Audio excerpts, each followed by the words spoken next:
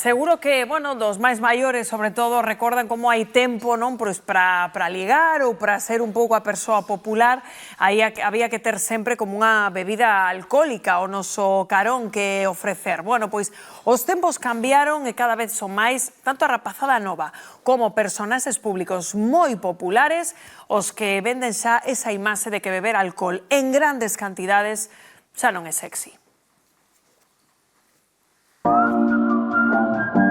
Cada vez máis celebridades falan abertamente sobre deixar o alcohol, convertendo a sobriedade nunha tendencia crecente. O último en facelo foi o presentador Jesús Vázquez, que confesaba levar 6 meses sen probar gota. Yo ya me he bebido todo lo que me tenía que beber y mi hígado se merece una recompensa y se merece un trono de todo lo que me ha aguantado. Ojo que el alcohol es una droga, aunque sea legal y aunque se promocione en televisión y en los medios de comunicación, es una droga moi peligrosa. Pero non é o único, porque ao longo dos últimos anos numerosos rostros se sumaron a esta lista abstemia.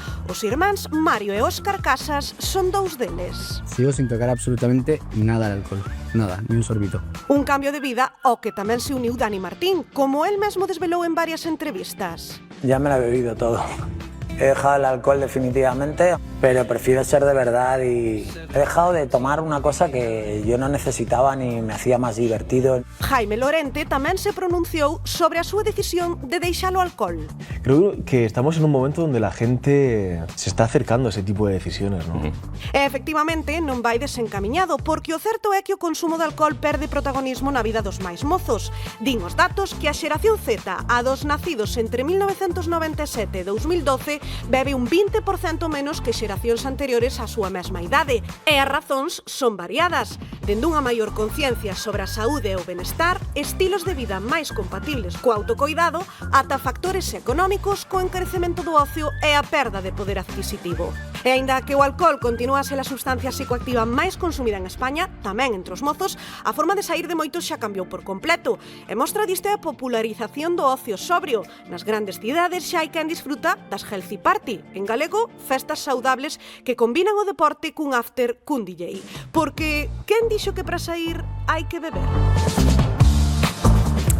Efectivamente, porque a adicción ao alcohol non se pode tomar a broma. Testemunhas como a de Juanjo Alba proban como de sinxelo caer nas súas redes e o complicado que pode sair da adicción ao alcohol, non, Alba?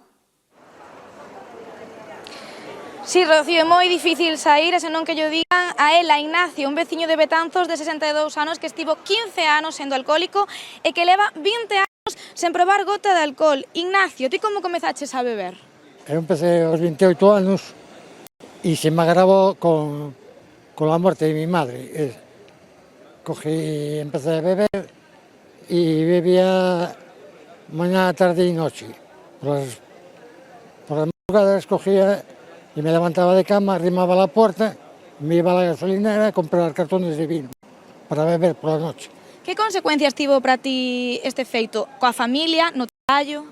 No traballo estuve a piques de levar moitos golpes, depois na familia tiña a veces problemas con o meu pai e con o meu irmán.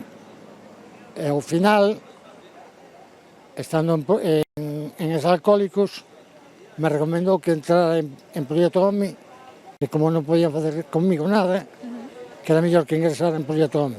E como foi o proceso de deixalo?